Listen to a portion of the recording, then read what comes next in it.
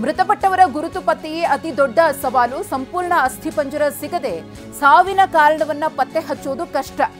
ಪ್ರಕರಣದಲ್ಲಿ ನೇರ ಸಾಕ್ಷ್ಯಗಳು ಇಲ್ಲದ ಕಾರಣ ಈ ಮೂಳೆಗಳನ್ನೇ ಇಟ್ಕೊಂಡು ಇಂಥವರದ್ದೇ ಇದು ಅಸ್ಥಿಪಂಜರ ಅಥವಾ ಇಂಥವರು ಇದೇ ರೀತಿಯಾಗಿ ಈ ಕಾರಣದಿಂದಲೇ ಸಾವನ್ನಪ್ಪಿದ್ದಾರೆ ಅನ್ನೋದನ್ನ ಕೂಲಂಕುಷವಾಗಿ ಹೇಳೋದು ಕಷ್ಟ ಸಾಧ್ಯ ಅನ್ನೋ ಮಾತುಗಳು ಕೇಳಿ ಬರ್ತಾ ಇದೆ. ಕೋರ್ಟ್ನಲ್ಲಿ ಪ್ರಕರಣ ನಿಲ್ಲಲು ಹಲವು ಸಾಕ್ಷ್ಯಗಳ ಕೊರತೆಯೂ ಕೂಡ ಎದುರಾಗ್ತಾ ಇದೆ. ಪ್ರಮುಖವಾಗಿ ಕೋರ್ಟ್ ಕೂಡ ಕೇಳೋದಾದ್ರೆ ಏನು ಸಾಕ್ಷ್ಯಗಳಿದೆ ಅಂತ ಹೇಳಿ. ಈಗಾಗಲೇ SIT ಅಧಿಕಾರಿಗಳು ಒಂದು ಹೆಲ್ಪ್ ಲೈನ್ ಅನ್ನ ತೆರೆದಿದ್ರು. ಈ ಹಿಂದೆ ಈ ರೀತಿಯಾಗಿ ಆತ 15-20 ವರ್ಷದ ಹಿಂದೆ ನಾನು ಹೆಣಗಳನ್ನು ಹೂತಿದ್ದೀನಿ ಅಂತ ಹೇಳಿದಂತಹ ಸಂದರ್ಭದಲ್ಲಿ ಯಾರಿಗಾದ್ರೂ ಇದಕ್ಕೆ ಸಂಬಂಧಪಟ್ಟಂತೆ ಎನ್ಕ್ವೈರಿ ಇದ್ರೆ ಅಥವಾ ನಿಮ್ಮ ಮನೆಯಲ್ಲಿ ಯಾರಾದರೂ ಕಾಣೆಯಾಗಿದ್ರೆ ನಿಮ್ಮ ಸಂಬಂಧಪಟ್ಟವರಿಗೆ ಸಂಬಂಧಪಟ್ಟಂತಹ ಮಾಹಿತಿ ಏನಾದರೂ ಬೇಕಾದ್ರೆ ಕರೆ ಮಾಡಿ ಅಂತ ಹೇಳಿ. ಯಾರು ಕೂಡ ಆ ರೀತಿ ಬಂದಂತೆ ಕಾಣಿಸ್ತಾ ಇಲ್ಲ. ಅದು ಕೂಡ ಪ್ರಮುಖ ಸಾಕ್ಷ್ಯವಾಗಿರೋದು ಯಾರಾದರೂ ಬಂದಿದ್ದಿದ್ರೆ. ಇನ್ನು ಧರ್ಮಸ್ಥಳದಲ್ಲಿ ನೂರಾರು ಹೆಣಗಳನ್ನ ಹೂತಿಟ್ಟ ಆರೋಪ. ಇವತ್ತು ಬೆಳ್ತಂಗಡಿ SIT ಕಚೇರಿಗೆ ಮತ್ತಿಬ್ಬರು ಸಾಕ್ಷಿದಾರರು. ದೂರುದಾರನ ಪರಿಚಯ ಇದೆ ಅಂತ ಬಂದಿದ್ದ ವ್ಯಕ್ತಿಗಳು ಇಂದು ಹೇಳಿಕೆಯನ್ನು ದಾಖಲಿಸಲು ಸಾಕ್ಷಿದಾರರು ಬರುವ ಸಾಧ್ಯತೆ ಇದೆ. ಹೆಣ ಹೂತಿಟ್ಟ ಜಾಗವನ್ನ ನೋಡಿದ್ದೇವೆ ಅಂತ ಅವರಿಬ್ರು ಕೂಡ ಹೇಳಿದ್ದಾರೆ.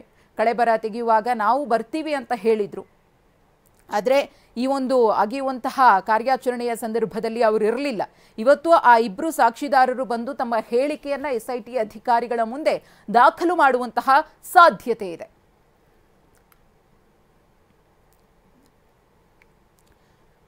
ಈ ಕುರಿತು ಮತ್ತಷ್ಟು ಮಾಹಿತಿಯನ್ನು ಕೊಡೋದಕ್ಕೆ ನಮ್ಮ ಪ್ರತಿನಿಧಿ ಪೃಥ್ವಿ ಮತ್ತು ಅಶೋಕ್ ಇದೀಗ ನೇರ ಸಂಪರ್ಕದಲ್ಲಿದ್ದಾರೆ. ಪೃಥ್ವಿ, ನಿನ್ನೆ 13ನೇ ಪಾಯಿಂಟ್ ರೋಚಕ ಘಟ್ಟವನ್ನ ತಲುಪಿತ್ತು. ಎಲ್ಲರೂ ಕೂಡ ಕುತೂಹಲದಿಂದ ಕಾಯ್ತಾ ಇದ್ರು, ಮಾಸ್ಕ್ ಮ್ಯಾನ್ ಹೇಳಿದಂತೆ ಏನಾದರೂ ಸಿಗಬಹುದು ಅಂತ ಹೇಳಿ.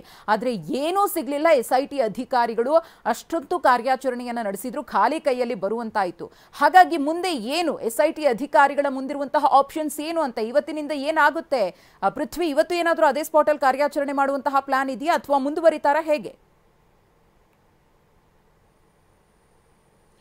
ಮಧುಶ್ರೀ, SIT ಅಧಿಕಾರಿಗಳು ಇದ್ರ ಬಗ್ಗೆನೇ ಈಗ ಸರ್ಕಾರ ಮತ್ತೆ ಗೃಹ ಸಚಿವರ ಜೊತೆನೂ ಕೂಡ ಚರ್ಚೆಯನ್ನ ಮಾಡಿರುವಂಥದ್ದು. ಅಂದ್ರೆ ಇವತ್ತೇನು ಮಾಡಬೇಕು, ಈ ಒಂದು ಪಾಯಿಂಟ್ ನಂಬರ್ 13ರಲ್ಲಿ ಏನು ಸಿಗದೇ ಇರುವಂಥ ಕಾರಣ GPRನೆಲ್ಲವನ್ನು ಕೂಡ ತರಲಾಗಿತ್ತು, ಆದರೂ ಕೂಡ ಏನು ಸಿಕ್ಕಿಲ್ಲ. ಅದರಿಂದ ಸೊ ನೆಕ್ಸ್ಟ್ ಏನು ಮುಂದೆ ಏನು ಮಾಡಬೇಕು ಅನ್ನೋದು ಕೂಡ ಈಗ ಚರ್ಚೆ ಆಗ್ತಾ ಇರುವಂಥದ್ದು. ಒಂದು ಆತನ ಡಿಮ್ಯಾಂಡ್, ಆ ಒಂದು ಮಾಸ್ಕ್ ಮ್ಯಾನ್ ಒಂದು ಡಿಮ್ಯಾಂಡ್ ಇಟ್ಟಿದ್ದ, ಇದೇ 13ನೇ ಪಾಯಿಂಟಲ್ಲಿ ಇನ್ನೂ ಜಾಸ್ತಿ ಉತ್ಕಲನ ಮಾಡಿ ಅಂತೇಳಿ. ನೋಡಿ, ಇದು ಪಾಯಿಂಟ್ ನಂಬರ್ 13 ಏನಿದೆ, ನಿನ್ನೆ ಈ ಒಂದು ಉತ್ಕಲನವಾದಂತಹ ಪ್ರದೇಶ ಯಾವ ರೀತಿ ಇದೆ ಅನ್ನೋದನ್ನ ಇಲ್ಲಿ ನಾವು ನೋಡ್ತಾ ಹೋಗೋದಾದ್ರೆ ಈ ಒಂದು ಪ್ರದೇಶದಲ್ಲೇ ಈ ಉತ್ಕಲನವನ್ನ ಮಾಡಿದ್ದಂಥದ್ದು.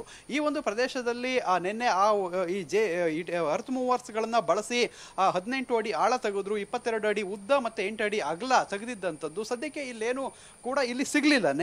ನಿನ್ನೆ ಇಲ್ಲೇನು ಸಿಗದಂತ ಕಾರಣಕ್ಕಾಗಿ ಸೊ ಇಲ್ಲಿ ಗೊಂದಲ ಇರುವಂಥದ್ದು. ಅಂದ್ರೆ ಈ ಒಂದು ತನಿಖೆಯನ್ನ ಯಾವ ಆಂಗಲ್ ನಲ್ಲಿ ತಗೊಂಡು ಹೋಗ್ಬೇಕು ಅಂತ ಹೇಳಿ, ಅಂದ್ರೆ ಈ ಒಂದು ಶೋಧ ಕಾರ್ಯನ ಇಲ್ಲರಿಗೆ ನಿಲ್ಲಿಸಬೇಕಾ, ಸೊ ಅಂದ್ರೆ ತನಿಖೆಯನ್ನ ಪೇಪರ್ ವರ್ಕ್ಸ್ ನಲ್ಲಿ ಸ್ಟಾರ್ಟ್ ಮಾಡಬೇಕಾ, ಈ ತರದೆಲ್ಲ ಕೂಡ ಚರ್ಚೆಗೆ ಬರ್ತಾ ಇರುವಂಥದ್ದು. ಆದರೆ ಆ ಒಂದು ಮಾಸ್ಕ್ ಮ್ಯಾನ್ ಏನೇನೆ ಆತನ ಒಂದು ಡಿಮ್ಯಾಂಡ್ ಏನಿತ್ತು ಅಂತ ಹೇಳಿದ್ರೆ, ನಿನ್ನೆ ರಾತ್ರಿ ಡಿಮ್ಯಾಂಡ್ ಏನಿತ್ತು ಅಂತ ಹೇಳಿದ್ರೆ, ಈ ಒಂದು 13ನೇ ಸ್ಪಾಟ್ ನಲ್ಲಿ ಈತ ಗುರುತಿಸಿದಂತ ಇಷ್ಟು ಜಾಗ ಏನಿದೆ, ಸೊ ಇಲ್ಲಿ ನೋಡ್ಬೋದು. ಈ ನನ್ನ ಹಿಂಭಾಗದಲ್ಲಿ ನೋಡೋದಾದ್ರೆ ಇಲ್ಲಿ ಆ ಮೂಲೆವರೆಗೂ ಏನು ಕಾಣುತ್ತೆ, ಲಾಸ್ಟ್ವರೆಗೂ ಏನು ಕಾಣುತ್ತೆ, ಅಲ್ಲಿವರೆಗೂ ಕೂಡ ಪಾಯಿಂಟ್ ನಂಬರ್ 13 ಅಂತ ಹೇಳಿ ಅವರು ಗುರುತಿಸ್ಕೊಂಡಿದ್ರು. ಅಂದರೆ 13 ಆತ ಪಾಯಿಂಟ್ ಮಾಡಿದ್ದು ಆರಂಭಿಕ ಹಂತದಲ್ಲಿ ಇಷ್ಟು ಮಾತ್ರ, ಇಲ್ಲಿವರೆಗೂ ಮಾತ್ರ 13 ಅಂತ ಹೇಳಿ ಆತ ಪಾಯಿಂಟ್ ಮಾಡಿದ್ದ.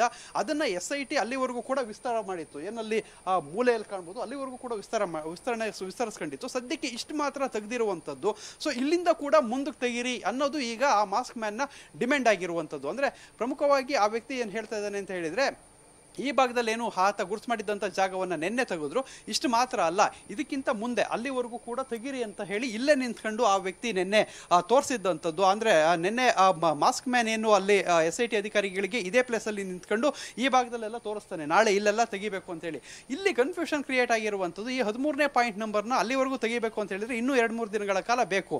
ಸೊ ಇದು ಅದರ ಅರ್ತ್ ಮೂವರ್ನ ಬಳಸ್ಕೊಂಡು ತೆಗೆದ್ರೆ ಒಂದು ಸ್ವಲ್ಪ ಬೇಗ ತೆಗಿಬೋದು. ಸದ್ಯಕ್ಕೆ ಆ GPR ಏನು ಆ ಮೌಂಟೆಡ್ ಡ್ರೋನ್ GPR ಯಂತ್ರ ಏನಿತ್ತು ಅದನ್ನ ಕಂಪ್ಲೀಟ್ ಆಗಿ ಈ ಸುತ್ತುವರೆದ ಪ್ರದೇಶದಲ್ಲಿ ಎಲ್ಲ ಕಡೆ ಕೂಡ ಸ್ಕ್ಯಾನಿಂಗ್ ಅನ್ನ ಮಾಡಲಾಯಿತು. ಆದರೆ ಏನು ಕೂಡ ಅಲ್ಲಿ ಪತ್ತೆ ಆಗಿರಲಿಲ್ಲ. ಸೊ ಇದನ್ನ ಪ್ರೊಸೀಜರ್ ಮುಗಿಸೋ ಸಲುವಾಗಿ 13ನೇ ಪಾಯಿಂಟ್ ಅನ್ನ ಡಿಗ್ ಮಾಡಿದ್ರು. ಡಿಗ್ ಮಾಡಿ ಆತ ಹೇಳಿದಷ್ಟು ಅಂದ್ರೆ 18 ಅಡಿಗಳಷ್ಟು ಆಳದಲ್ಲೂ ಕೂಡ ತೆಗೆದ್ರು, ಸುತ್ತಳತೆಯು ಕೂಡ ಜಾಸ್ತಿಯನ್ನು ಇಟ್ಕೊಂಡಿದ್ರು.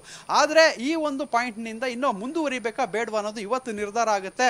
SIT ಕಚೇರಿಗೆ ಮಾಸ್ಕ್ ಮ್ಯಾನ್ ಮತ್ತು ಆತನ ವಕೀಲರ ತಂಡ ಬರುತ್ತೆ. ಅಲ್ಲೂ ಒಂದು ಕೆಲವೊಂದು ಡಿಮ್ಯಾಂಡನ್ನು ಅವ್ರು ಇಡ್ತಾರೆ, ಚರ್ಚೆಗಳು ನಡೆಯುತ್ತೆ. ಈಗಾಗಲೇ ಸರ್ಕಾರದಿಂದ SIT ಒಂದು ಡೈರೆಕ್ಷನ್ ಅಂತೂ ಬಂದಿದೆ. ಯಾಕೆಂತ ಹೇಳಿದರೆ SIT ಅಧಿಕಾರಿಗಳು ಗೃಹ ಸಚಿವರು ಮತ್ತು ಸಿಎಂ ಜೊತೆ ಚರ್ಚಿಸಿ ಇಲ್ಲಿ ಆಗ್ತಾ ಇರುವಂಥ ವಿಚಾರಗಳನ್ನೆಲ್ಲ ಹೇಳಿದ್ದಾರೆ. ನಿನ್ನೆ ಸದನದಲ್ಲೂ ಕೂಡ ಇದೇ ವಿಚಾರವಾಗಿ ಗದ್ದಲಗಳು ಕೂಡ ಆಗಿದೆ. ಸೊ ಇದರಿಂದಾಗಿ ಈ ಒಂದು ಶೋಧ ಕಾರ್ಯಾಚರಣೆಯನ್ನು 13ನೇ ಪಾಯಿಂಟಿಗೆ ನಿಲ್ಲಿಸಬೇಕು ಅಂತ ಹೇಳಿ ಈಗ ಕೆಲವೊಂದಿಷ್ಟು ಮಾತುಗಳು ಚರ್ಚೆಗಳು ಆಗಿರುವಂಥದ್ದು. ಆದರೆ ಮಾಸ್ಕ್ ಮ್ಯಾನ್ ಡಿಮ್ಯಾಂಡ್ ಇಟ್ಟಿರೋಂಥದ್ದು 13ನೇ ಪಾಯಿಂಟ್ನಲ್ಲಿ ಇವತ್ತು ಇನ್ನೂ ಕೂಡ ಆ ಡಿಗ್ ಮಾಡಿ ನೋಡಬೇಕು, ಇನ್ನೂ ಕೂಡ ಸಿಗುತ್ತೆ ಅಂತ ಆತ ಹೇಳಿರುವಂಥದ್ದು. ಸದ್ಯಕ್ಕೆ ಈ ಎಲ್ಲ ಪಾಯಿಂಟ್ಗಳಲ್ಲಿ ಅಂದರೆ ಈ ಒಂದು 13ನೇ ಪಾಯಿಂಟನ್ನು ಮುಗಿಸಿ ಏನಾದರೂ ಇಲ್ಲಿಗೆ ನಿಲ್ಲಿಸ್ತಾರ ಇಲ್ಲ ಮುಂದುವರಿತಾರ ಅನ್ನೋದು ಮುಂದಿನ ಹಂತದಲ್ಲಿ ಗೊತ್ತಾಗುತ್ತೆ. ಆದರೆ ಪರ್ಟಿಕ್ಯುಲರ್ ಆಗಿ ಆತನ ಮೇಲೆ ಈಗ ಸದ್ಯಕ್ಕೆ ಆತ ಹೇಳುವಂಥ ವಿಚಾರಗಳ ಮೇಲೆ ಈಗ SITಗೆ ನಂಬಿಕೆ ಹೋಗಿರೋದ್ರಿಂದ ನಿನ್ನೆ ಸ್ಕ್ಯಾನ್ ಮಾಡಿದಂಥ ಸಂದರ್ಭದಲ್ಲೂ ಈ ಪ್ರದೇಶದಲ್ಲಿ ಸಾಕಷ್ಟು ಯಥೇಚ್ಛವಾಗಿ ಹೆಣಗಳನ್ನು ಇಲ್ಲಿ ಹೂತಾಕಿದ್ದೀನಿ ಅಂತ SIT ಮುಂದೆ ಏನು ಹೇಳಿದ್ದು, ಅಲ್ಲಿ ಸ್ಕ್ಯಾನ್ ಮಾಡೋಂಥ ಸಂದರ್ಭದಲ್ಲಿ ಏನು ಕೂಡ ಕಾಣಿಸಿಕ್ಕಿಲ್ಲ. ಸೊ ಮೌಂಟೆಡ್ ಡ್ರೋನ್ GPR ಮಷಿನ್ನಲ್ಲಿ ಏನು ಕಾಣಿಸಿಲ್ಲ ಅಂದರೂ ಕೂಡ ಆತ ಹೇಳಿದಂಥ ಜಾಗಗಳಲ್ಲಿ ಅಗದ್ರು ಕೆಲವೊಂದು ಅಬ್ಸ್ಟ್ರಕ್ಷನ್ಸ್ ಏನು ಅದರಲ್ಲೂ ಕೂಡ ಕಂಡು ಬಂದಿತ್ತು, ಅಲ್ಲೂ ಕೂಡ ನೋಡಿದ್ರು. ಆದರೆ ಎಲ್ಲೂ ಕೂಡ ಈಗ ಈ 13ನೇ ಪಾಯಿಂಟಲ್ಲಿ ಸಿಗದೇ ಇರೋದ್ರಿಂದ ಇಲ್ಲಿಂದ ಮುಂದಕ್ಕೆ ಹೋಗ್ತಾರಾ ಇಲ್ವಾ ಅನ್ನೋದು ಈಗ ಮುಂದೆ ಗೊತ್ತಾಗಬೇಕಾಗಿದೆ. ಅದೇ ಕುತೂಹಲ ಎಲ್ರಿಗೂ ಇರುವಂಥದ್ದು. ಆದರೆ ಒಂದು ಮಾಹಿತಿ ಪ್ರಕಾರ 13ನೇ ಪಾಯಿಂಟಲ್ಲಿ ಆತನ ಡಿಮ್ಯಾಂಡ್ ಪ್ರಕಾರ ಇವತ್ತು ಇನ್ನೊಂದು ಸ್ವಲ್ಪ ಡಿಗ್ನ ಮಾಡ್ಬೋದು ಅನ್ನೋದು ಇದಿದೆ. ಇಲ್ಲೂ ಕೂಡ ಇದರ ಅರ್ತ್ ಮೂವರ್ ನೆನ್ನೆ ಡಿಗ್ ಮಾಡ್ತು, ಅದು ಕೂಡ ಇಲ್ಲೇ ಸನ್ನದ್ಧಾಗಿ ಇರುವಂಥದ್ದು. ಅಂದರೆ ಎಲ್ಲವನ್ನು ಕೂಡ ಇಲ್ಲೇ ಬಿಟ್ಟು ಹೋಗಿದ್ದಾರೆ. ಆ ಅರ್ತ್ ಮೂವರ್ ಇಲ್ಲೇ ಇದೆ, ಮತ್ತು ಹಾಕಿರುವಂತಹ ಶಾಮಿಯಾನಗಳ ಪೌಲ್ಗಳು ಅಲ್ಲೇ ಇರುವಂಥದ್ದು. ಎಲ್ಲ ರೀತಿಯಲ್ಲಿ ಈ ಒಂದು ಪ್ರದೇಶದಲ್ಲಿ ಸದ್ಯಕ್ಕೆ ಸಿದ್ಧವಾಗಿದೆ. ಮತ್ತು ಪೊಲೀಸರು ಕೂಡ ಈ ಒಂದು ಪಾಯಿಂಟ್ ನಂಬರ್ 13ಕ್ಕೆ ಸೆಕ್ಯೂರಿಟಿಯನ್ನು ಇನ್ನೂ ಮುಂದುವರಿಸಿದ್ದಾರೆ. ಸೊ ಇವತ್ತು ಈ ಒಂದು ಶೋಧ ಕಾರ್ಯ ಇಲ್ಲಿ ಆಗುತ್ತಾ ಇಲ್ವಾ ಅನ್ನೋದು ಇನ್ನೇನು ಕೆಲವು ಹೊತ್ತಿನಲ್ಲಿ ಗೊತ್ತಾಗುತ್ತೆ. ಮಧುಶ್ರೀ, ಹಾಗೆ ಸಂಪರ್ಕದಲ್ಲಿರಿ ಪೃಥ್ವಿ. ಮತ್ತೊಂದು ಕಡೆ ಅಶೋಕ್ ಕೂಡ ನಮ್ಮ ಜೊತೆಗಿದ್ದಾರೆ.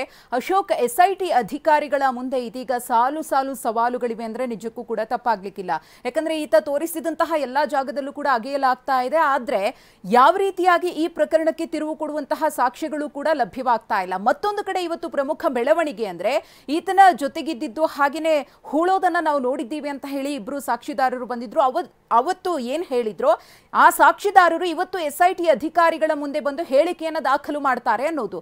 ಇವತ್ತು SIT ಆಂಗಲ್ ಅಲ್ಲಿ ಯಾವೆಲ್ಲ ರೀತಿಯ ಬೆಳವಣಿಗೆಗಳನ್ನ ನಿರೀಕ್ಷೆ ಮಾಡಬಹುದು ಅಂತ ಅಶೋಕ್? ಹೌದು ಮಧುಶ್ರೀ, ಈಗಾಗಲೇ 16 ಸ್ಪಾಟ್ಗಳಲ್ಲಿ ಉತ್ಖನನ ಮಾಡಲಾಯಿತು. 16 ಸ್ಪಾಟ್ಗಳಲ್ಲಿ ಒಂದು ಸ್ಪಾಟನ್ನು ಹೊರತುಪಡಿಸಿ ಬೇರೆ ಯಾವುದೇ ಸ್ಪಾಟ್ಗಳಲ್ಲೂ ಕೂಡ ಈತ ಹೇಳಿದ ರೀತಿಯಲ್ಲಿ ಮಾನವನ ಕಳೆಬರಗಳು ಸಿಕ್ಕಿಲ್ಲ. ಸೊ ಈ ಹಿನ್ನೆಲೆಯಲ್ಲಿ ಆತನ ಹೇಳಿಕೆ ಪ್ರಾರಂಭದಲ್ಲಿ ತನಿಖೆಯ ಆರಂಭಕ್ಕೂ ಮೊದಲು ಕೊಟ್ಟಂಥ ಹೇಳಿಕೆಗೂ ಮತ್ತು ಈಗ ಆಗ್ತಿರ್ತಕ್ಕಂಥ ತನಿಖಾ ಪ್ರಕ್ರಿಯೆಗಳನ್ನು ನೋಡಿದರೆ ಆತ ಹೇಳಿದಂತೆ ಯಾವುದೂ ಕೂಡ ಆಗದೇ ಇರತಕ್ಕಂಥ ಹಿನ್ನೆಲೆಯಲ್ಲಿ SIT ಅಧಿಕಾರಿಗಳು ಆತನನ್ನು ಮಂಪರ್ ಪರೀಕ್ಷೆಗೆ ಒಳಪಡಿಸುವ ನಿಟ್ಟಿನಲ್ಲಿ ಅದಕ್ಕೆ ಬೇಕಾದಂಥ ಸಿದ್ಧತೆಯನ್ನು ಕೂಡ ಮಾಡ್ಕೊಳ್ತಿದ್ದಾರೆ. ಈವರೆಗೆ ಆಗಿರ್ತಕ್ಕಂಥ ತನಿಖೆಯ ಪ್ರಕ್ರಿಯೆಗೆ ಸಂಬಂಧಪಟ್ಟಂತ ದಾಖಲೆಗಳನ್ನು ಇಟ್ಕೊಂಡು ಇದರ ಜೊತೆಗೆ ಆತನ ಜೊತೆ ಕೆಲಸ ಮಾಡಿದಂಥ ಸಾಕ್ಷಿದಾರರು ಯಾರಿದ್ದಾರೆ ಅವರನ್ನು ಕೂಡ ವಿಚಾರಣೆ ಮಾಡ್ಕೊಂಡು ಅವರು ನೀಡಿರ್ತಕ್ಕಂಥ ಹೇಳಿಕೆ ಮತ್ತು ಆ ಟೈಮಲ್ಲಿ ಏನೇನಾಗಿದೆ ಎಂಬುದ್ರ ಬಗ್ಗೆ ಕೂಡ ಮಾಹಿತಿಯನ್ನು SIT ಅಧಿಕಾರಿಗಳು ಕಲೆ ಹಾಕಿದ್ದಾರೆ. ಸೊ ಈ ಹಿನ್ನೆಲೆಯಲ್ಲಿ ಆತ ಹೇಳೋದ್ರಲ್ಲಿ ಸತ್ಯಾಂಶ ಇದೆಯಾ ಎಂಬುದನ್ನು ತಿಳ್ಕೊಳ್ಳೋದಕ್ಕೆ ಆತನ ಮಂಪರು ಪರೀಕ್ಷೆ ಮಾಡಬೇಕಾದಂಥ ಅವಶ್ಯಕತೆ ಇದೆ. ಈ ಹಿನ್ನೆಲೆಯಲ್ಲಿ ನ್ಯಾಯಾಲಯದ ಅನುಮತಿಯನ್ನು ಪಡೆಯುವುದಕ್ಕೂ ಕೂಡ ಸಿದ್ಧತೆಯನ್ನು SIT ಅಧಿಕಾರಿಗಳು ಮಾಡ್ಕೊಂಡಿದ್ದಾರೆ. ಇದರ ಜೊತೆ ಆತ ಪ್ರಾರಂಭದಲ್ಲಿ ಹೇಳಿರ್ತಕ್ಕಂಥದ್ದು ಸುಮಾರು 30 ಸ್ಪಾಟ್ಗಳಲ್ಲಿ 300ಕ್ಕೂ ಹೆಚ್ಚು ಹೆಣಗಳನ್ನು ನಾನು ಹೂತಿದ್ದೇನೆ ಅಂತೇಳಿ. ಆದರೆ ಈಗ ಆಗಿರ್ತಕ್ಕಂಥದ್ದು 16 ಸ್ಪಾಟ್ ಮಾತ್ರ. ಹೀಗಾಗಿ ಇನ್ನೂ ಕೂಡ 14 ಸ್ಪಾಟ್ ಬಾಕಿ ಇದೆ. ಸೊ ಈ ಹಿನ್ನೆಲೆಯಲ್ಲಿ ಒಂದು ವೇಳೆ ಮಂಪರು ಪರೀಕ್ಷೆಯಲ್ಲಿ ಸತ್ಯಾಂಶ ಏನಾದರೂ ಗೊತ್ತಾದರೆ ಇದರ ಜೊತೆಗೆ ಸರ್ಕಾರ ಏನಾದರೂ ನಿರ್ದೇಶನ ನೀಡಿದರೆ ಮಾತ್ರ SIT ಅಧಿಕಾರಿಗಳು ಮುಂದಿನ ಹೆಜ್ಜೆಯನ್ನು ಇಡ್ತಾರೆ.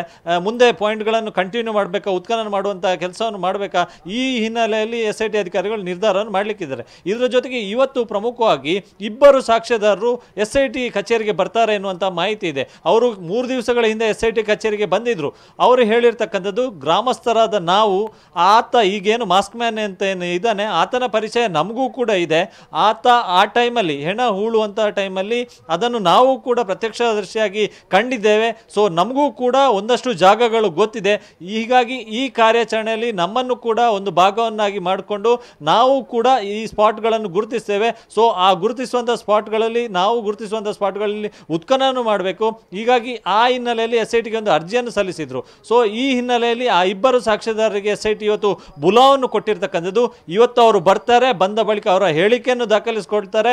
ಅವರ ಹೇಳಿಕೆಯಲ್ಲಿ ಸತ್ಯಾಂಶ ಇರೋದು ಕಂಡು ಬಂದರೆ ಮತ್ತೆ ಅವರು ಹೇಳುವಂಥ ಪಾಯಿಂಟ್ಗಳೇನಿದೆ ಅಲ್ಲಿಯೂ ಕೂಡ ಶೋಧ ಮಾಡುವಂಥ ಸಾಧ್ಯತೆ ಇದೆ. ಇನ್ನೇನು 11 ಗಂಟೆ ಸುಮಾರಿಗೆ ಆ ಇಬ್ಬರು ಸಾಕ್ಷಿದಾರರು ಈ ಬೆಳ್ತಂಗಡಿಯಲ್ಲಿರ್ತಕ್ಕಂಥ SIT ಕಚೇರಿಗೆ ಬರುವಂಥ ಎಲ್ಲ ಸಾಧ್ಯತೆಗಳು ಕೂಡ ಇದೆ. ಅದಾದ ಬಳಿಕ ಈ ಪ್ರಕರಣ ಯಾವ ಟರ್ನಿಂಗ್ ಪಾಯಿಂಟ್ ಅನ್ನು ತೆಗೆದುಕೊಳ್ಳುತ್ತೆ ಎಂಬುದನ್ನು ಕೂಡ ಕಾದು ನೋಡಬೇಕಾಗಿದೆ.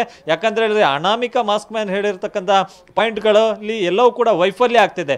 ಒಂದು ಪಾಯಿಂಟ್ ಅನ್ನು ಹೊರತುಪಡಿಸಿದ್ರೆ ಬೇರೆ ಯಾವುದೇ ಪಾಯಿಂಟ್ಗಳಲ್ಲೂ ಕೂಡ ಆಸ್ತಿ ಪಂಜರಗಳು ಸಿಗ್ತಿಲ್ಲ. ಹೀಗಾಗಿ ಮತ್ತಿಬ್ಬರು ಬಂದಿರತಕ್ಕಂಥ ಸಾಕ್ಷ್ಯದಾರರು ಯಾರಿದ್ದಾರೆ ಅವರು ಹೇಳುವಂಥ ಪಾಯಿಂಟ್ಗಳಲ್ಲಿ ಈ ಸಾಕ್ಷಿಗಳೇನಾದ್ರು ಸಿಗುತ್ತಾ, ಮಾನವನ ಆಸ್ತಿ ಪಂಜರಗಳೇನಾದ್ರು ಸಿಗುತ್ತಾ, ಇದರ ಬಗ್ಗೆ ಕೂಡ ಬಹಳಷ್ಟು ಕುತೂಹಲ ಇದೆ. ಸೊ ಆ ಎಲ್ಲ ಪ್ರಶ್ನೆಗಳಿಗೂ ಕೂಡ ಉತ್ತರವು ಸಿಗ್ಲಿಕ್ಕಿದೆ. ಮಧುಶ್ರೀ, ಧನ್ಯವಾದ ಪೃಥ್ವಿ. ಅಶೋಕ್ ತಮ್ಮ ಮಾಹಿತಿಗಾಗಿ.